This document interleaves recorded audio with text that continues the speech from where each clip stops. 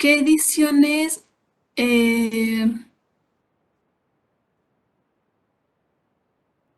Los libros digitales, lo leí. No sé si los tengo descargados en PDF de la página de, ay, ¿cómo se llama esa página? Books Médicos o algo así. No sé si los tengo, si los voy a buscar.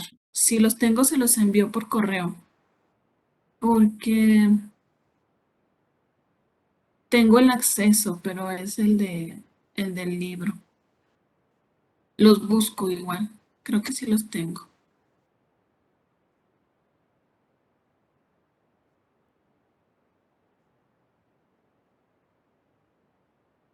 Muy bien. ¿Quién me ayuda a leer esto? Robin, mi voluntario. Ah, bueno, un hombre no puede convertirse en un cirujano competente sin el pleno conocimiento de la anatomía y fisiología humanas. Y el médico sin conocimientos de fisiología y química vacila de una manera carente de objetivo, siempre incapaz de obtener una concepción exacta de la enfermedad, practicando una especie de farmacia de pistola, lanzacorcho, golpeando ora a la enfermedad, ora al paciente, sin saber él mismo a cuál golpeó. Ir William Osler, 1849-1919. Entonces, ¿qué vamos a hacer, pequeños?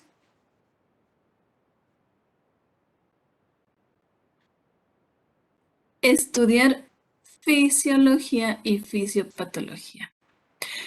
Por eso son ciencias básicas. Fisiología, histología, anatomía, embriología son las materias que siempre tenemos que tener presentes en nuestra cabeza. Porque si tenemos nuestra base bien fundamentada, vamos a poder encontrar el porqué y la solución casi de cualquier cosa. Entonces, vamos a estudiar para no estarle lanzando dardos a los pacientes, porque acuérdense, los errores de los médicos se entienden.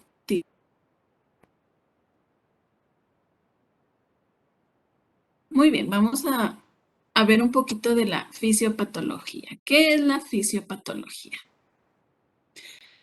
Pues la fisiopatología es la fisiología de la salud alterada. Viene de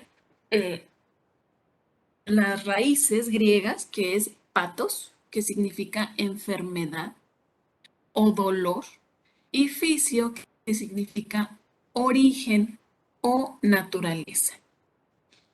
Y logia, que va a ser el estudio. Entonces, fisiopatología se va a encargar de estudiar el origen de las enfermedades. Se va a ocupar sobre todo de los cambios estructurales y funcionales de las células, de los tejidos y los órganos que causan o van a ser causados por una enfermedad. Se va a ocupar también de las funciones del cuerpo y no nada más va a estudiar los cambios de los órganos, sino también los efectos que estos tienen sobre la función corporal total. Cuando nosotros tenemos daño en un órgano, este daño va a terminar dañando algunos otros órganos o algunas otras estructuras. No son órganos aislados. Todo funciona como, Carlos, como un sistema que se va a adaptar o se puede dañar si alguna de las partes o algún órgano se daña. ¿Cuál va a ser la importancia de la fisiopatología? Bueno, nos va a permitir conocer los mecanismos que originan las enfermedades y de lo que se desprende la forma específica de tratarlas. No todas las enfermedades las vamos a tratar igual, a pesar de que nos den los mismos síntomas y los mismos signos. También abarca otros aspectos como van a ser el origen, la etiología, la evolución a través del tiempo o lo que se le conoce también como patocromía. Vamos a entender también la sintomatología, los signos clínicos de la enfermedad, a lo que se le conoce como semiología.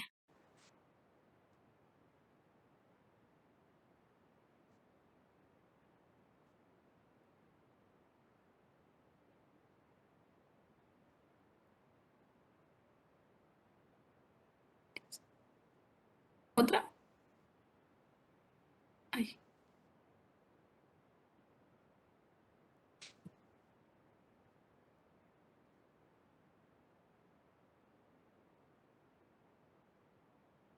¿Listo? ¿Esa ya la copiaron?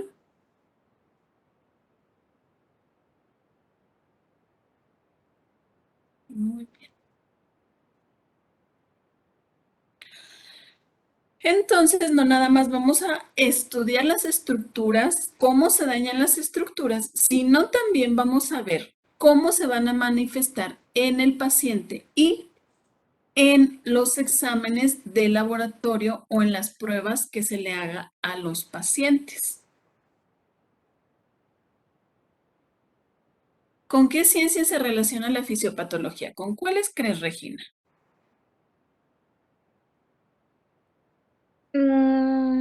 Ay, caray. Ay, caray. Mm, con... La verdad es que se me olvidaron qué ciencias existen. ¿De medicina? Mm, sí. ¿Cuáles, por ejemplo, de medicina?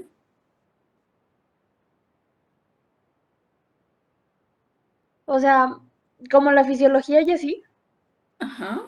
Ah, pues con la fisiología. La fisiología, porque ya dijimos que es el estudio del mal funcionamiento. Ujú. ¿Qué más? Con la anatomía.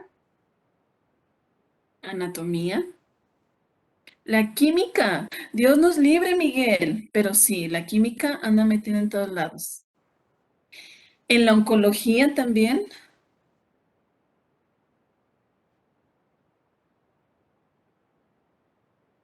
¿Qué más?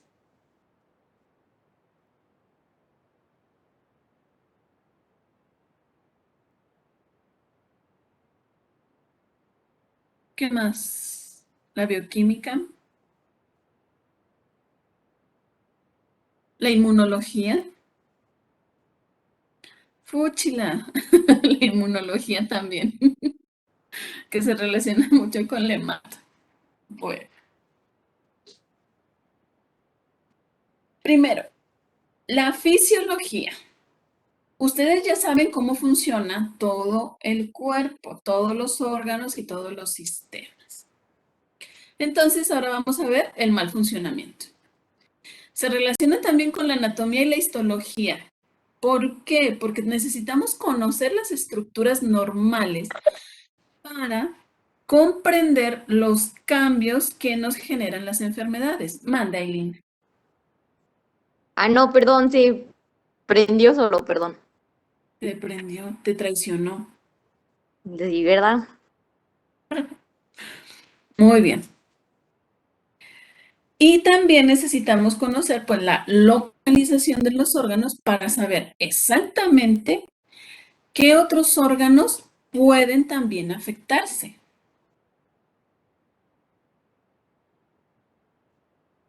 ¿Con qué más? Con la bioquímica y la biología celular, porque también nos ayuda a entender lo que es toda la disfunción del metabolismo celular. ¿Se acuerdan del ciclo de Krebs, del ciclo de la lipólisis, glucólisis, gluconeogénesis? ¿Cuántas más hay de esas cosas feas?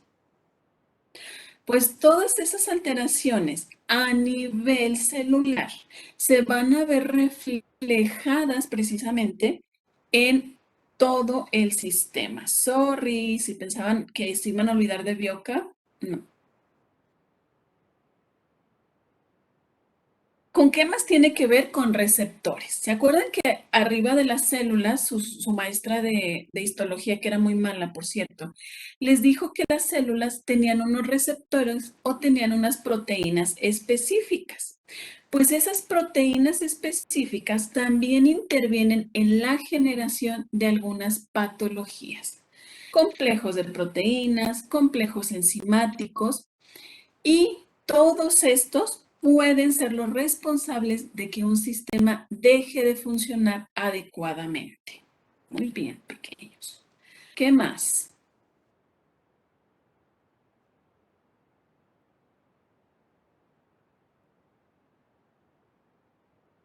¿Listos para las alteraciones del equilibrio ácido-base?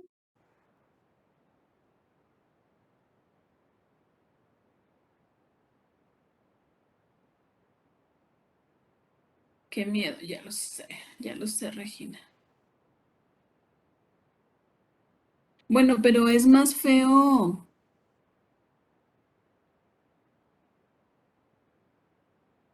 el...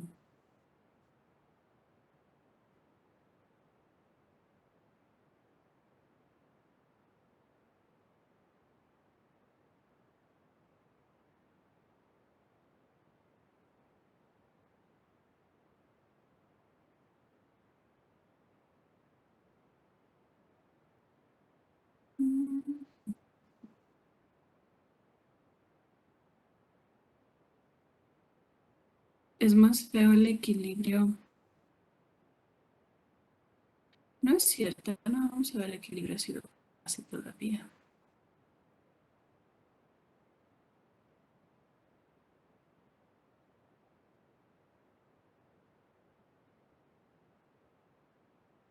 Les estaba mintiendo. Vamos a ver primero el balance de líquidos y electrolitos. ¿Qué es esa cosa?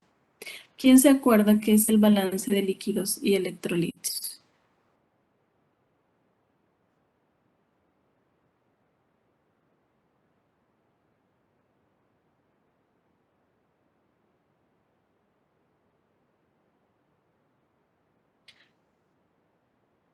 No, todavía no, Ulises. Creo que...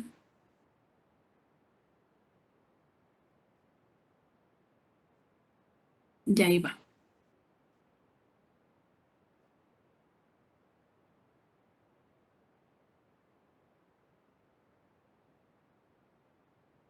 A ver, Eduardo. Creo que en la célula íbamos a tener el espacio extra y intracelular y dentro de estos íbamos a encontrar distintos solutos y así, ¿no? Y creo que el sodio tenía que estar más concentrado dentro que fuera y el potasio más concentrado fuera que adentro. Y así tenía que haber un equilibrio para que pudiera estar formándose el potencial de acción y muchas cosas. El potencial de acción y muchas cosas. Así es. Tiene que ver. Primero vamos a ver el balance de los líquidos y luego vamos a ver lo que son el balance de los solutos, que son sodio, calcio, potasio, cloro. ¿Ya se ve grandota? Muy bien. Vamos a ver el balance de los líquidos. Primero, ¿cómo se compone o se distribuye los líquidos corporales? En nuestro organismo tenemos compartimentos, ¿sí? Vamos a tener un compartimento que es intracelular. Eso quiere decir todo lo que está contenida dentro de la célula. Toda el agua que tiene una celulita dentro de sí va a ser el líquido intracelular. Y esto corresponde a 2/3 del agua corporal total. Y el líquido extracelular va a ser todo el líquido que está fuera de la célula. Y eso también involucra otros compartimentos que van a ser el estroma, por ejemplo, o el tejido extracelular. ¿Se acuerdan de la matriz?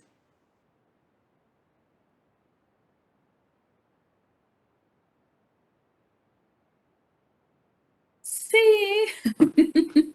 La matriz extracelular que está entre el colágeno, todo eso entre el tejido conectivo, va a contener líquido. Y también vamos a tener líquido que viaja a través de los vasos, llámese arterias, venas o también vasos linfáticos. Y todo ese líquido extracelular corresponde a 1/3 del agua corporal total.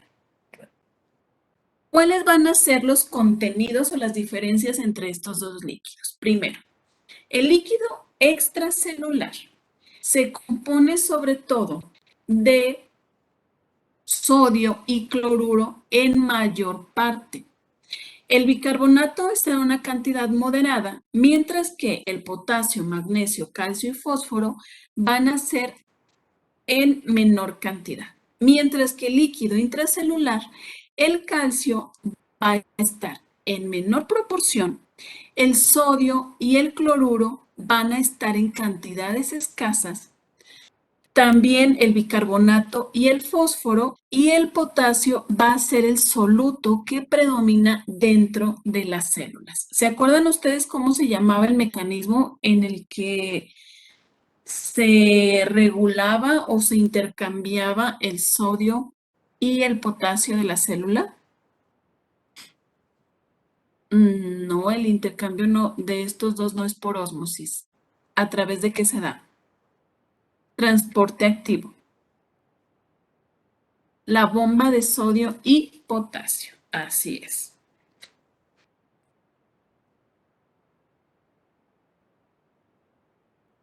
Entonces, aquí tenemos las concentraciones de los electrolitos en el medio extracelular e intracelular. ¿Cuál va a ser la mayor cantidad de sodio? Perdón, ¿en dónde está la mayor cantidad de sodio? En el líquido extracelular. Mientras la concentración intracelular va a ser muy escasa. El potasio va a ser escaso en el medio extracelular y en el medio intracelular va a ser abundante. El cloro, el bicarbonato también predominan en lo que es el medio extracelular junto con el calcio, mientras que el fósforo va a predominar en el líquido intracelular y el magnesio pues va a estar en pocas cantidades en el medio extracelular. ¿Qué es lo que nos divide la célula de su medio externo? La membrana celular. Esa membrana celular, que se acuerdan que era una membrana fosfolipídica que tenía cargas y que tenía proteínas que se encargaban del transporte y que también se desprendían fragmentos de la membrana para llevar contenido o moléculas más grandes dentro de la célula, que era el transporte vesicular de la célula. ¿Se acuerdan de todo eso? Esa membrana celular, la función más importante va a ser una barrera primaria frente al movimiento de los compartimentos de líquido extracelular y el intracelular. La membrana celular va a ser la responsable de mantener el equilibrio entre los solutos y la cantidad de líquido que se encuentra dentro y fuera de la célula. ¿Qué es lo que pasa cuando se daña la membrana por cualquier proceso? Llámese toxinas, llámese radicales libres u otras alteraciones metabólicas. Cuando se daña la membrana celular, se forman poros y a través de esos poros puede entrar líquido del medio extracelular al medio intracelular. ¿Y qué es lo que nos ocasiona? Que la célula se hinche y sufra apoptosis. Entonces, nuestra membrana celular va a ser la principal forma o medio de mantener la homeostasis. El agua atraviesa a través de esta membrana por ósmosis, que se acuerdan que es la ósmosis.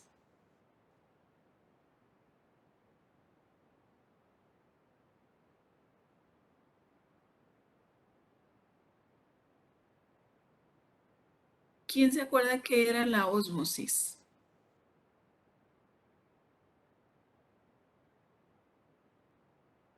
Se da por transporte pasivo, eso quiere decir que no consume energía.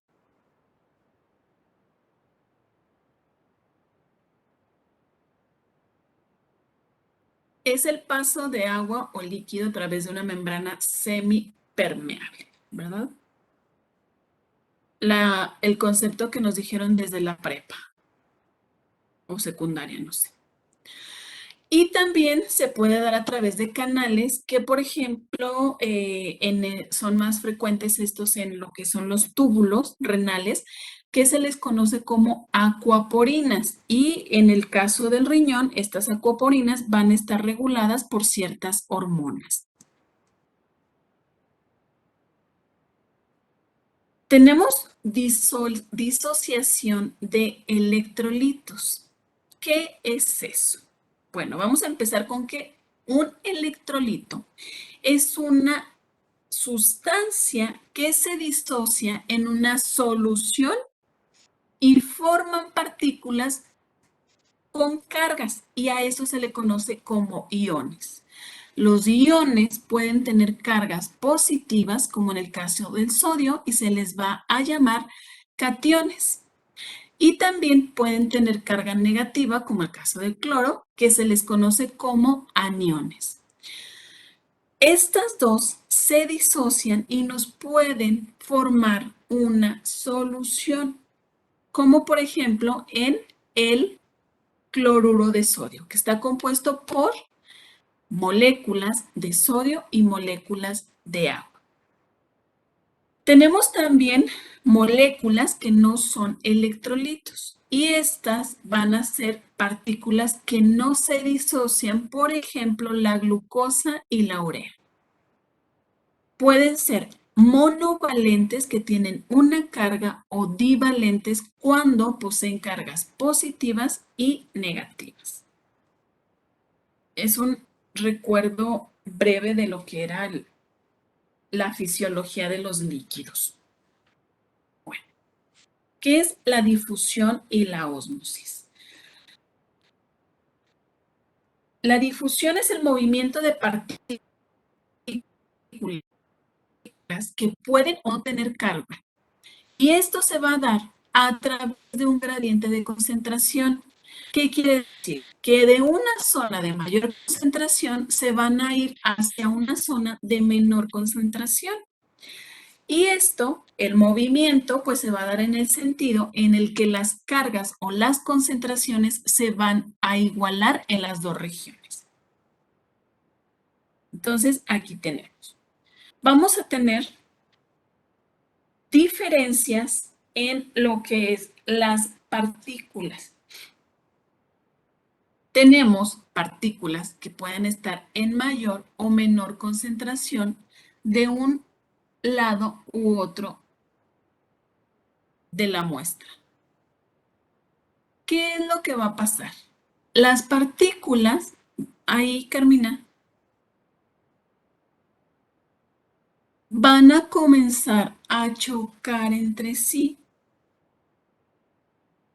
Y eso va a permitirnos que las cargas de partículas positivas o negativas, al estar chocando, van a generar energía y eso va a causar que se igualen las concentraciones. A eso se le llama difusión. ¿Qué más tenemos? La ósmosis. La ósmosis, que es el movimiento de agua a través de una membrana semipermeable. Y el agua también se va a difundir a través de su gradiente de concentración. Cuando el agua se mueve de un lado hacia el otro de la membrana, nos va a generar una presión que se le conoce como presión osmótica. Y esa presión osmótica se va a representar como la presión hidrostática, que se mide en milímetros de mercurio. ¿Qué se mide en milímetros de mercurio? ¿Se acuerdan? Un signo vital. ¿La presión de qué? la presión arterial. Entonces aquí tenemos una membrana semipermeable y vamos a tener moléculas de agua y moléculas de soluto. ¿Qué es lo que pasa con las moléculas de agua? Pues van a atravesar a través de la membrana semipermeable para tratar de igualar las cargas. Y este movimiento o la capacidad de atraer el agua a través de la membrana se le conoce o se le llama, perdón, se le mide con una unidad que se le llama osmol, por lo que el peso molecular de 1 gramo de sustancia que no se difunde y que no va a estar ionizada va a ser igual a 1. Tenemos dos términos que tenemos que conocer, que es la osmolaridad, que va a ser la concentración osmolar en 1 litro de solución. Y este término de osmolaridad se va a aplicar a los líquidos que se encuentran fuera del cuerpo.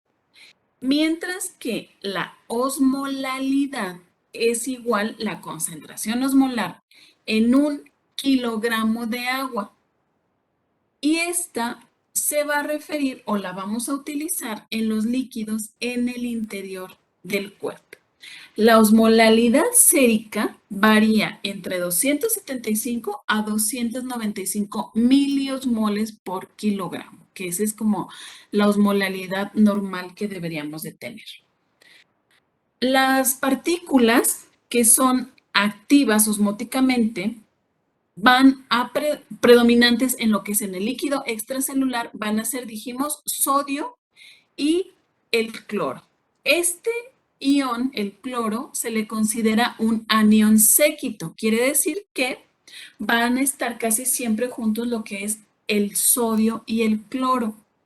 Y estos dos van a darnos del 90 al 95% de la presión osmótica en la sangre. Tenemos otras moléculas que también nos van a estar generando presión osmótica, que van a ser el nitrógeno ureico de la sangre o el BUN y la glucosa, que estas van a ser el 5% restante de la presión osmótica en el líquido cefalorraquídeo.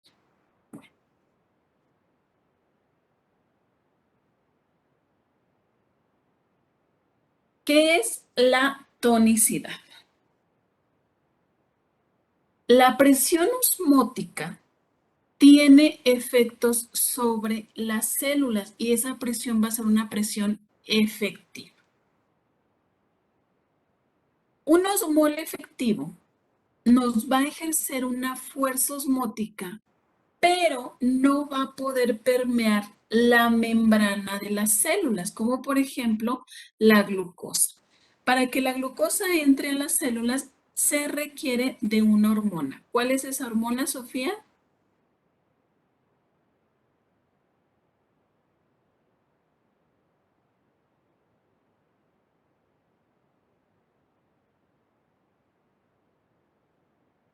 Sofía Barajas. ¿Qué hormona se requiere para que la glucosa entre en las células?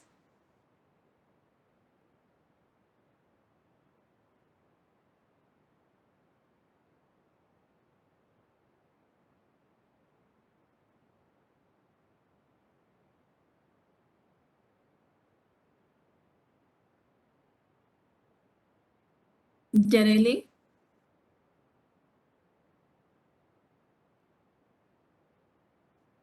La insulina. La insulina permite, a través de canales de potasio, que la glucosa entre hacia la célula. Cuando no está dentro de la célula, esa glucosa va a ejercer un efecto osmótico, que quiere decir que va a atraer el líquido hacia ella. Tenemos también osmoles inefectivos, que estos van a ejercer una fuerza osmótica, pero pueden cruzar la membrana celular, como es el caso de la urea. ¿Qué es lo que pasa cuando exponemos a las células a líquidos que pueden ser hipertónicos? Al haber una mayor cantidad de solutos fuera de la célula, ¿qué es lo que va a pasar con el agua? El agua se va a disociar o se va a salir para tratar de homogeneizar la concentración de los solutos tanto en el medio extracelular como en el intracelular. Y eso lo que va a generarnos es que la célula termine deshidratándose. En el caso de las soluciones isotónicas, nos van a permitir mantener la homeostasis entre el medio extracelular e intracelular, por lo que las células no van a perder ni van a ganar líquido dentro del citoplasma. Y tenemos soluciones hipotónicas, en las cuales vamos a tener que la cantidad de solutos va a ser menor en el medio extracelular. ¿Y qué es lo que va a pasar eso? ¿Hacia dónde se va a ir el líquido? ¿Lorey?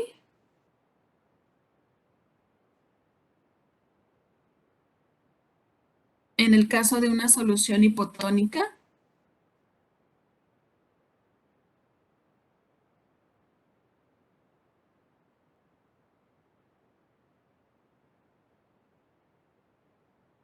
hacia dentro de la célula. Entonces la célula se va a hinchar y eso nos puede generar la lisis o la muerte celular.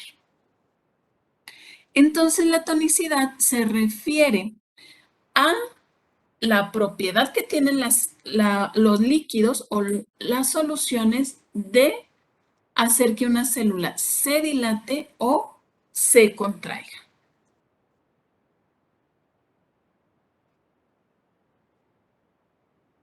¿Cómo se van a distribuir el líquido dentro de los compartimentos? ¿Quién sabe?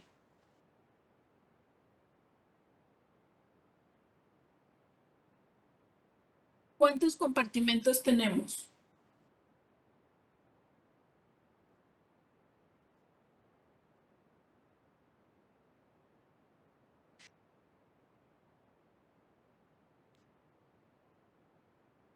Dos. No, tenemos un chorro.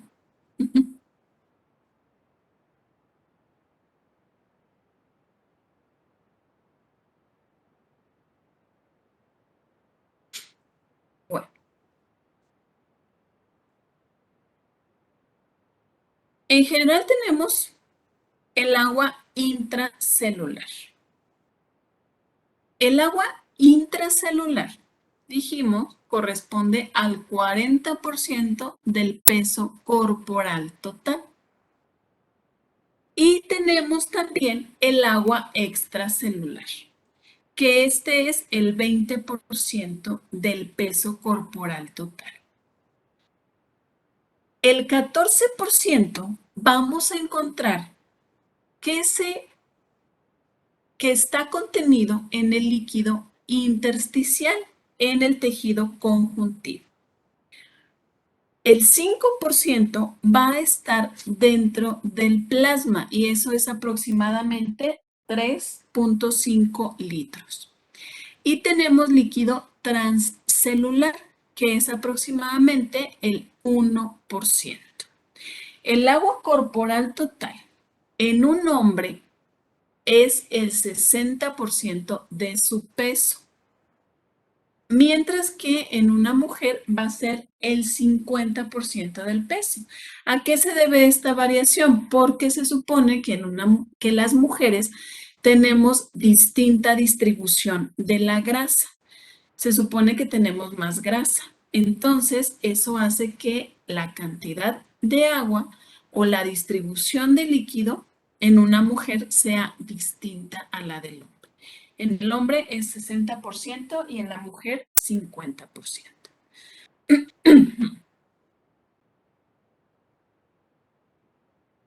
¿Cómo se distribuye el líquido intracelular o cuáles van a ser los mecanismos que nos permiten mantener ese líquido celular? Bueno, el volumen dentro de las células se va a a regular a través de proteínas.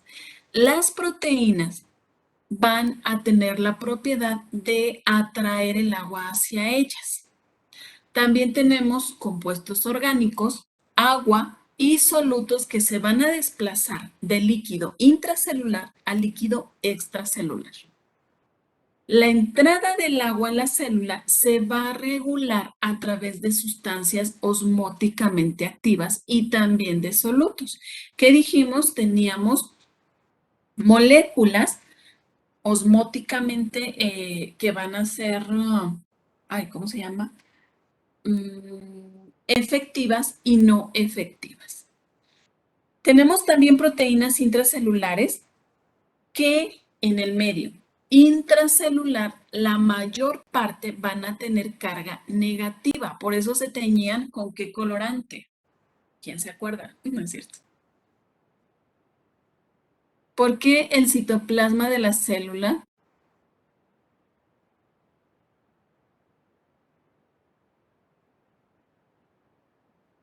no es cierto? No los voy a torturar con eso. Esas proteínas intracelulares, como tienen carga negativa, van a atraer al potasio, que tiene carga positiva. Es por esto que la mayor cantidad del potasio va a estar contenida dentro de la célula y no en el líquido extracelular. Y tenemos también, dijimos, los solutos efectivos, que van a ser la glucosa, que esta no entra en la célula a menos de que se encuentre la insulina presente, y el aumento de la glucosa en el medio extracelular va a atraer el líquido intracelular. El sodio es un ion que también va a ser osmóticamente activo. El sodio tiende a atraer el agua hacia él. Y este sodio pues va a estar regulado por la bomba de sodio-potasio ATPasa, que consume energía, y la relación o el intercambio va a ser de 3 a 2. Y luego ahí viene el chiste de la membrana celular. Bueno. Mientras que el volumen de líquido extracelular, pues vamos a tener el líquido vascular que contiene sangre, y la sangre va a transportar sustancias. ¿Cuáles? Gases, oxígeno, ¿qué más?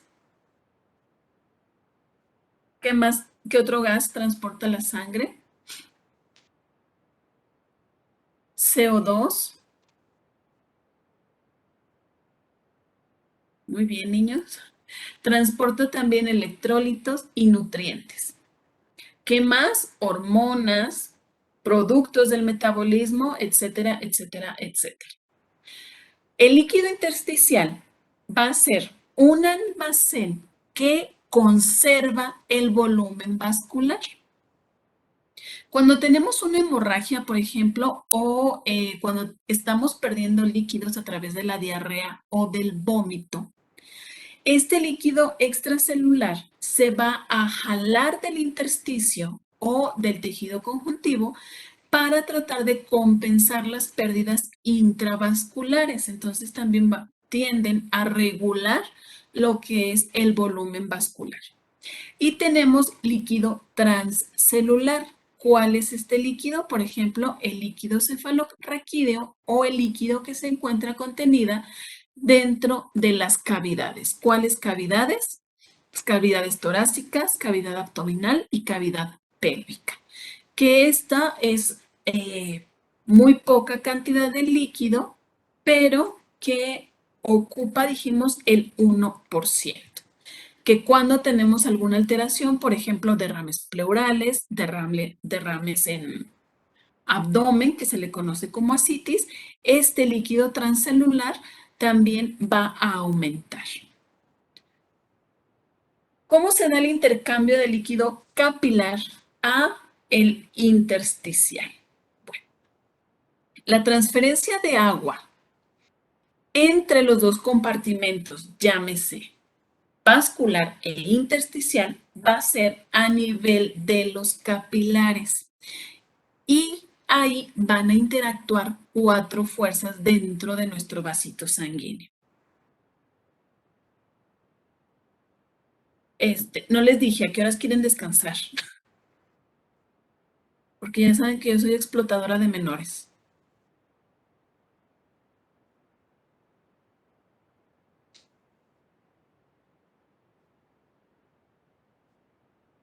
Si me dejan, les doy las 3 horas seguidas.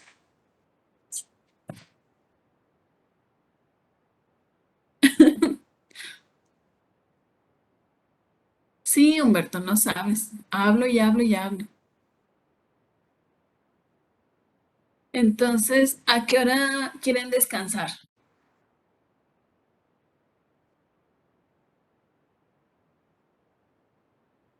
Un descanso entre cada hora, muy bien. 10 minutos y regresamos. Y ahorita regresamos a ver las presiones para que estén despabilados. Muy bien, pequeños. Entonces, a las 4:26.